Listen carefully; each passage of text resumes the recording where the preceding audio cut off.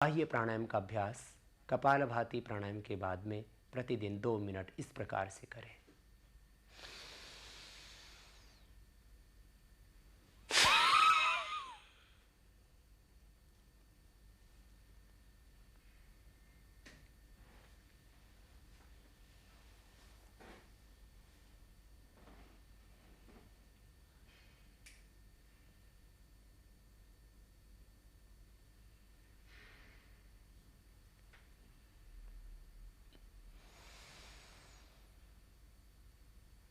बाह्य प्राणायाम श्वास को जब पूरा बाहर छोड़ देते हो, तीनों बंध लगते हैं। ठोड़ी को कंठकूप में लगाना जालंधर बंध कहलाता है। पेट को सिकोड़ करके पीठ से लगा देना उड्डयन बंध कहलाता है। और नाभि से नीचे वाले भाग को ऊपर आकुंचन करके रखना यह मूल बंध कहलाता है। बाह्य प्राणायाम में पूरा श्वास बाहर छोड़ देते हैं और फिर तीनों बंधों को लगाते हैं। जालंधर बंध लगाने से थायराइड के रोगों से मुक्ति मिलती है। उड्डयन बंध लगाने से पेट के समस्त रोग दूर होते हैं। और मूल बंध लगाने से मूलाधार चक्र की शक्ति का ऊर्ध्व आरोहण होता है। ब्रह्मचर्य की शक्ति शरीर में बढ़ती है, व्यक्ति ऊर्ध्वरेता बनता है और कुंडलिनी शक्ति के जागरण में सहयोगी है। मूलाधार चक्र को जागृत करता है यह मूल बंध। तीनों बंधों के साथ में बाह्य प्राणायाम करने से विशेष लाभ की प्राप्ति होती है साधक को। फिर से इसकी विधि को देखेंगे।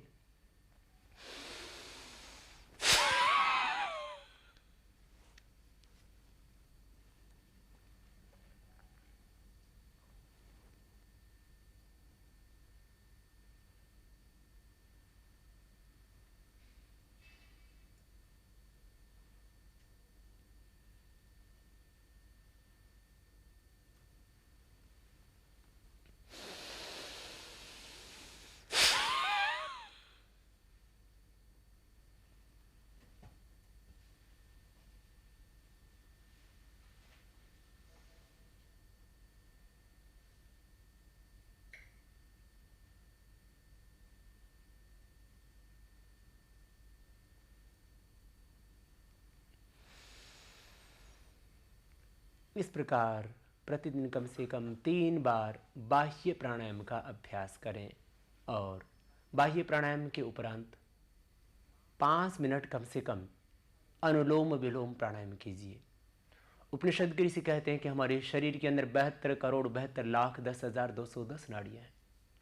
उन समस्त नाड़ियों का शोधन होता है इस अनुलोम विलोम प्राणायाम से। और अनुलोम विलोम प्राणायाम के 5 मिनट के अभ्यास से कम साधक इस प्राणायाम को 250 बार कर लेता है।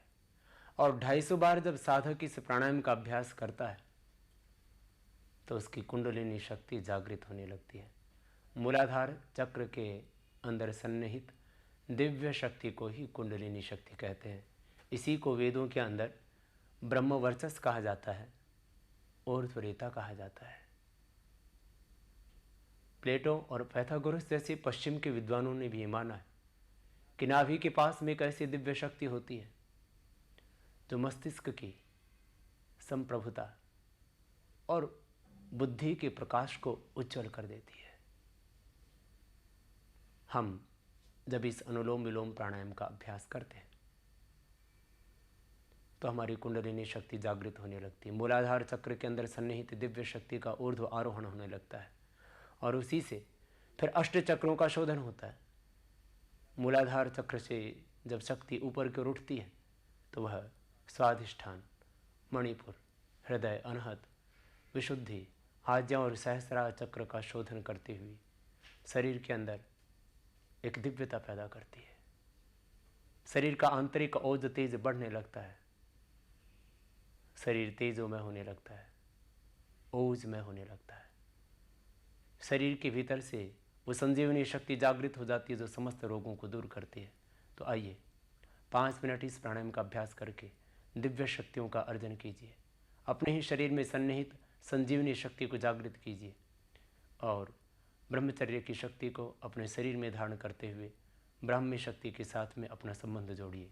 विधि है अनुलोम विलोम प्राणायाम की। सीधे ही बैठ करके दाहिने हाथ की आकृति इस प्रकार से बनाएं। प्रथम उंगली और कनिष्ठा सबसे छोटी उंगली सीधी हो, बीच की 2 उंगलियां मुड़ी हुई। अंगुष्ठ से दाहिने नासिका को बंद करना है। वाम नासिका को जब बंद करेंगे तब अनामिका और मध्यमा से इस प्रकार से बंद करेंगे। ये स्थिति होगी नासिकाओं के बंद करने की और छोड़ने की अनुलोम विलोम प्राणायाम में। बाई नाड़ी को ही योग शास्त्र में इड़ा नाड़ी कहते हैं, दाई को पिंगला नाड़ी कहते हैं। इन्हीं को बाई को चंद्र नाड़ी और दाहिनी को सूर्य नाड़ी कहते हैं। अनुलोम विलोम प्राणायाम का अभ्यास करते हैं वाम नासिका से इस प्रकार। बाएं से भरा, दाएं से छोड़ा, फिर दाएं से लिया, पूरा श्वास अंदर भरने के बाद में बाएं से बाहर छोड़ दिया श्वास को।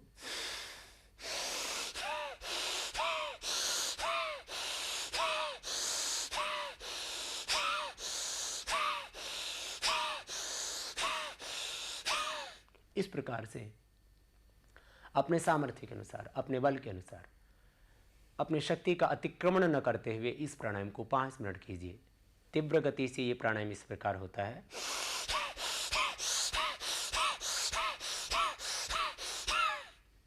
तीव्र गति से जिसका बहुत अधिक दिन हो गए इस प्राणायाम को करते हुए अभ्यस्त साधक ही कर सकता है। मध्यम गति यह है।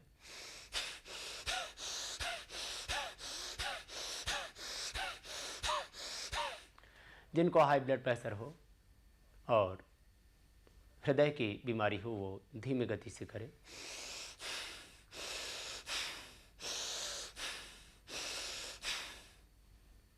इस प्रकार मध्यम गति से इस प्राणायाम को करना अधिक उपयुक्त है। मध्यम गति इस प्रकार होती है।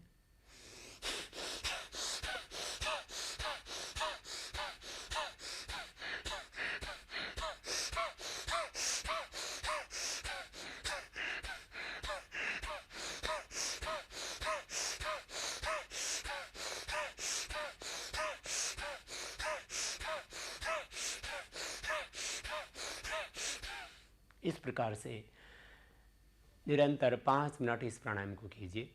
इस अनुलोम विलोम प्राणायाम को 5 मिनट तक जो साधक कर लेता है वह समस्त रोगों से मुक्ति पा लेता है। हेपेटाइटिस बी जैसा रोग इस प्राणायाम के करने से दूर हो जाता है। कैंसर जैसी समस्याओं से व्यक्ति छुटकारा पा सकता है इन प्राणायाम की प्रक्रियाओं से। असाध्य रोगों से छुटकारा पाने के साथ साथ में व्यक्ति जीवन में सदा स्वस्थ रहता है और एक विशेष लाभ मिलता है मन की एकाग्रता। महर्षि पतंजलि कहते हैं ततः क्षयति प्रकाशावरणम, प्राणायाम के करने से मन के ऊपर असत अविद्या तमस का जो आवरण आ जाता है वह भी दूर हो जाता है और जब मन शुद्ध निर्मल और पवित्र बन जाता है तो फिर ध्यान अपने आप होने लगता है। इस अनुलोम विलोम प्राणायाम की प्रक्रिया को करने से मन निर्विषय और निर्विचार हो जाता है और निर्विषय और निर्विचार जब मन हो जाता है तो सहज ही निर्विकार आनंदमय ज्योतिर्मय शांतिमय ब्रह्म के आनंद में निमग्न हो जाता है। निर्विचार वैशारद्य अध्यात्म प्रसाद है। निर्विचार स्थिति में पहुंच करके कि साधक को अध्यात्म प्रसाद मिलता है। धर्म मेघ समाधि का आनंद बरसता है साधक के ऊपर। फिर से एक बार इस प्राणायाम की विधि को देखेंगे।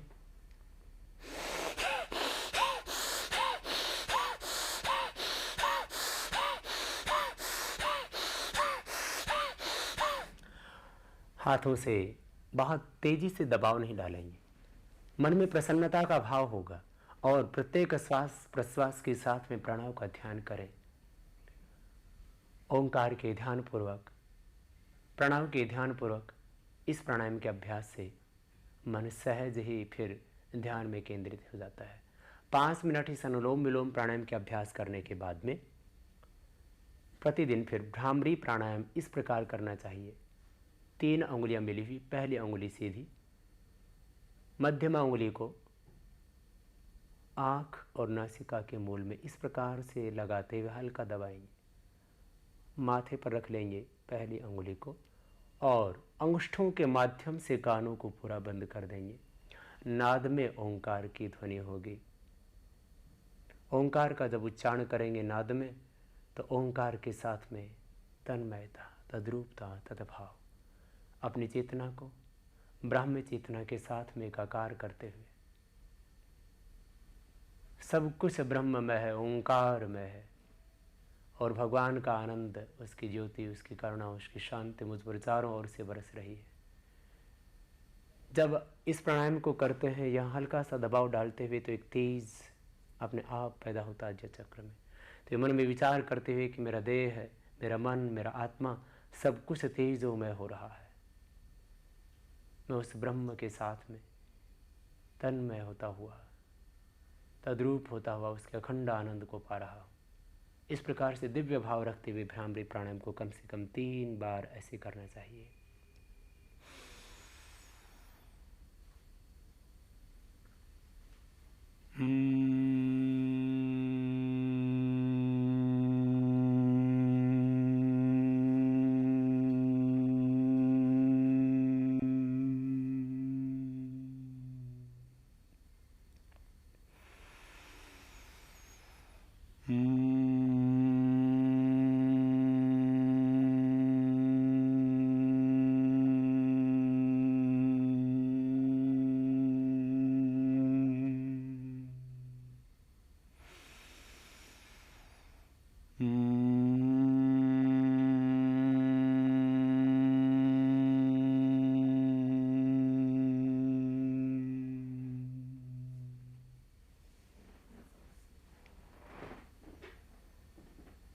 इस प्राणायाम के करने से उच्च रक्तचाप जैसे और मनोवसाद जैसे रोगों से भी छुटकारा मिलता है। डिप्रेशन जैसे रोग भी दूर होते हैं और अपने आप एक ज्योति, एक आभा, एक प्रकाश आज्ञा चक्र में पैदा होता है और उससे दिव्य ज्ञान चक्षु उद्घाटित होता है। भीतर से ही ज्ञान का उद्भव होता है, अंदर के वेद का उद्भव होता है। 3 बार इस भ्रामरी प्राणायाम को करने के बाद कम से कम 3 बार उद्गीत के रूप में ओंकार का इस प्रकार उच्चारण करना चाहिए। ओ की ध्वनि लंबी हो और मकार की ध्वनि कम हो, क्योंकि ओ ये त्रिमात्रिक है, 3 मात्राएं होंगी ओ की, और मकार जो है अर्धमात्रिक। इस प्रकार से उच्चारित होगा।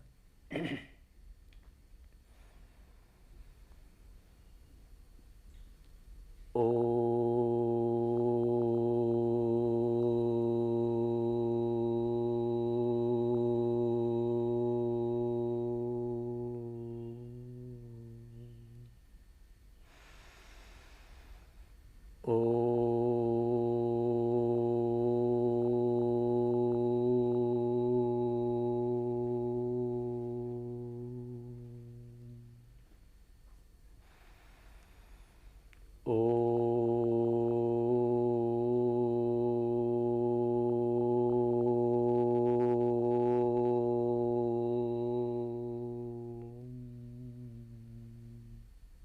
इस प्रकार ओंकार का 3 बार उच्चारण करके फिर कम से कम 1 बार नाड़ी शोधन प्राणायाम करना चाहिए। नाड़ी शोधन प्राणायाम को बिना नासिकाओं के हाथ लगाए कीजिए, जिसकी विधि इस प्रकार होगी। वाम नासिका से मंद मंद श्वास भीतर भरना, पूरी एकाग्रता के साथ, पूरी तन्मयता, पूरी एकाग्रता। जब वाम नासिका पर होगी तो उसी से श्वास अंदर जाएगा। कम से कम 15 सेकंड लगेंगे श्वास को अंदर भरने में। पूरा श्वास अंदर भरने के बाद में जालंधर बंध लगाएं, यथाशक्ति अंदर रोक के रखें, और उसके बाद में यथाशक्ति अंदर रोकने के उपरांत धीरे धीरे दाहिनी नासिका से श्वास को बाहर छोड़ देना चाहिए। बाहर छोड़ने में भी शनै शनै श्वास को बाहर छोड़ना है। पूरा श्वास बाहर निकलने के बाद फिर दाहिने से अंदर भर लें श्वास को।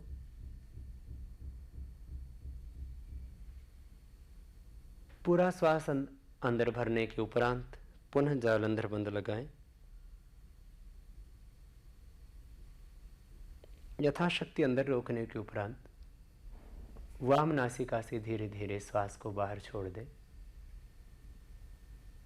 इस प्रकार यह नाड़ी शोधन प्राणायाम भी 1 से लेकर के 3 बार तक प्रतिदिन अवश्य ही करना चाहिए। फिर थोड़ी देर बैठ करके श्वास प्रश्वास के साथ में ओंकार का ध्यान करें। श्वास को भीतर गहरा भरे साक्ष्य भाव से, दृष्टा भाव से, और बाहर से जो भीतर मंद मंद श्वास आ रहा है उस श्वास के साथ में, उस प्राण के साथ में प्रणव का ध्यान करें।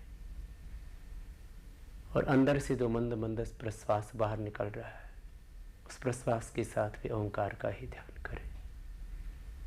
ओंकार सच्चिदानंद स्वरूप है, आनंदमय, ज्योतिर्मय, शांतिमय। पूज्य स्वामी जी द्वारा लिखित योग साधना व योग चिकित्सा रहस्य तथा प्राणायाम रहस्य पुस्तकें, प्रार्थना व योग के कैसेट व सीडी तथा आश्रम में निर्मित औषधियों की प्राप्ति व अन्य समस्त जानकारी हेतु संपर्क करें दिव्य योग मंदिर ट्रस्ट, कृपालु बाग आश्रम, कनखल, हरिद्वार, उत्तरांचल। अब हम उदर को स्वस्थ रखने के लिए तथा उदर रोगों से छुटकारा पाने के लिए, मधुमेह, डायबिटीज जैसे रोगों से बचने के लिए तथा मधुमेह को नियंत्रित करने के लिए और मोटापे जैसे रोगों से छुटकारा पाने के लिए विशेष उपयोगी अभ्यास करेंगे। इस अभ्यास क्रम में सबसे पहला आसन है वज्रासन। वज्रासन के लिए इस प्रकार बैठें कि दोनों घुटने सामने से मिले हुए हों, पैर की एड़ियाँ बाहर की ओर और पंजे अंदर की ओर हों।